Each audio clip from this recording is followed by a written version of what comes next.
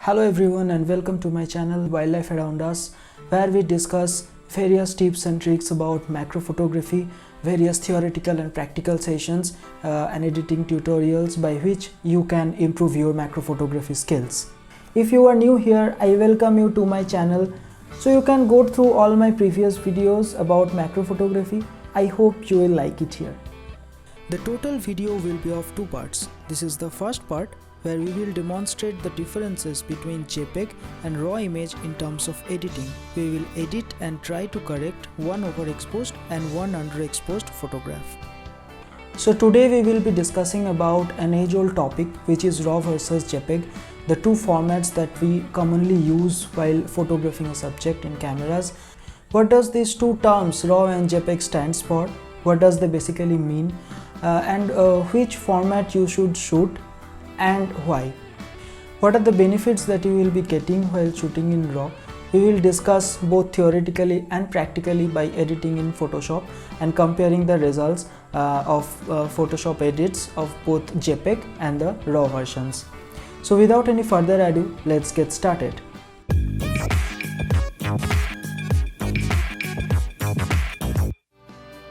So JPEG or JPEG basically stands for Joint Photographic Experts Group. The name of the file format is given by the name of this group. So JPEG is basically a universal file format for compressed digital images, which is best for internet use and sharing.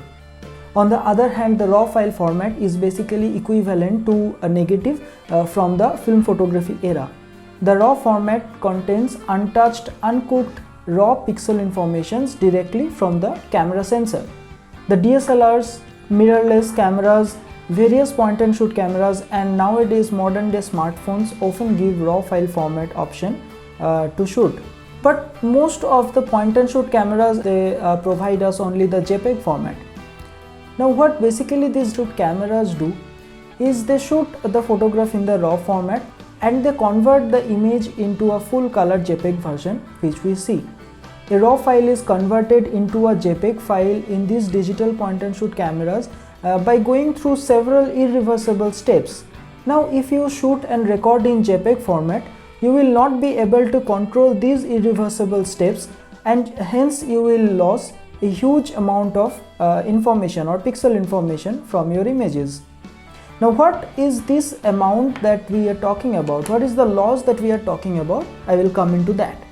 So JPEG is a 8-bit format, which means it can store information of up to 16 million shades of color.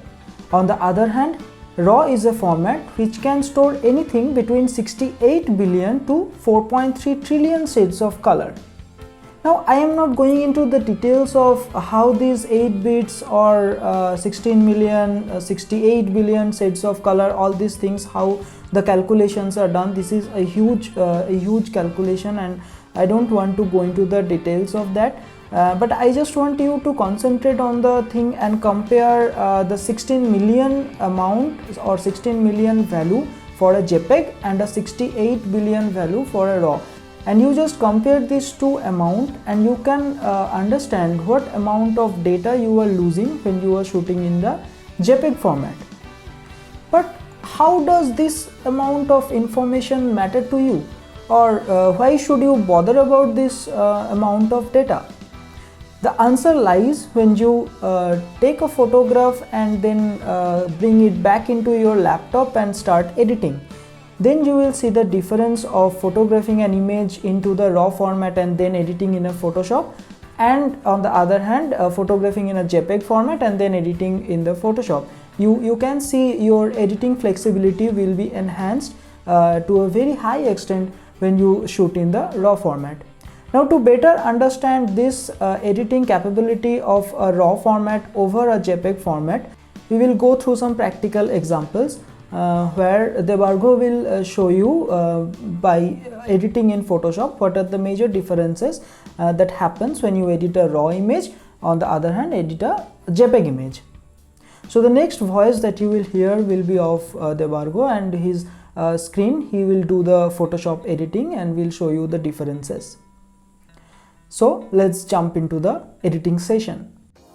Hi friends, in today's video we will be discussing the advantages of shooting a photo in RAW format over an JPEG image.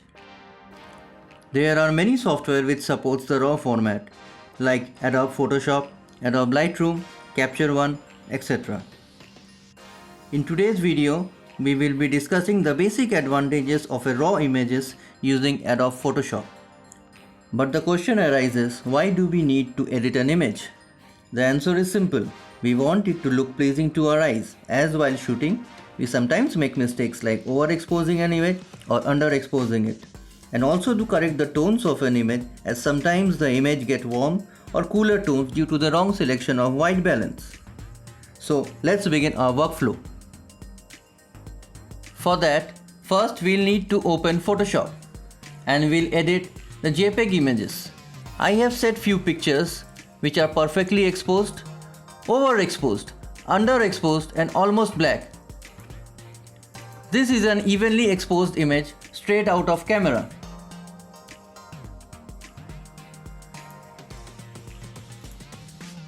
This is an overexposed image straight out of camera. You can see the highlights have blown, but you can see the shadow details here.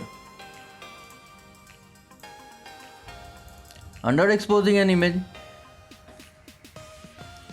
you can see there is the details in the highlights, but there is no details in the shadow areas. And almost black, where the image has been knowingly underexposed to the very limit. Each image has its JPEG version and its RAW version.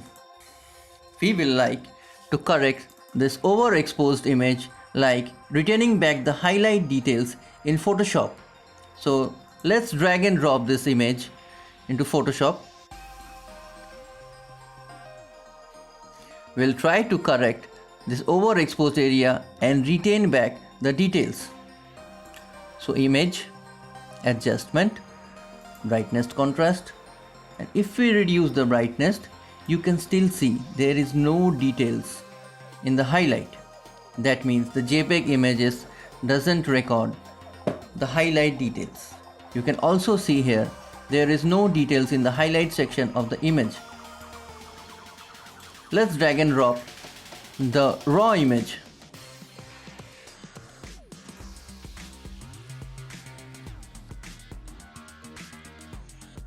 While dragging and dropping, you see a new window pops out called ACR or Adobe Camera Raw. You can see the overexposed image here. There are overexposed patches on the image. Now we will try to gain back the details of the overexposed part of an image. We'll simply reduce the highlights and exposure a bit. See, we have got the details back. I'll zoom into the picture.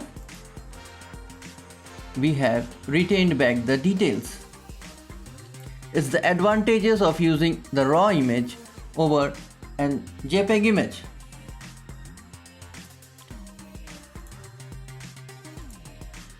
Now we'll check the underexposed image. We'll drag and drop the underexposed JPEG image. Now we will try to correct this image. Image, adjustment, brightness contrast. We'll increase the brightness. We have increased the brightness to the full extent. You cannot see the details arising over here. So there is no detail in the JPEG image. Now let's see what happened to the RAW images.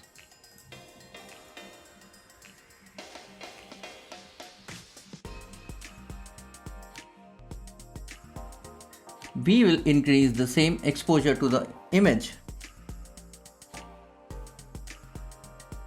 You can simply see there is a lot of detail in the shadow region of the RAW image. We'll increase the exposure, decrease the highlights, and here you go. The image have become an evenly exposed image. So this is all for today. We hope that you have enjoyed the video and have learned something out of it. In the next part, we will edit and try to correct one highly underexposed image and two images with wrong white balance. See you next time. Bye for now.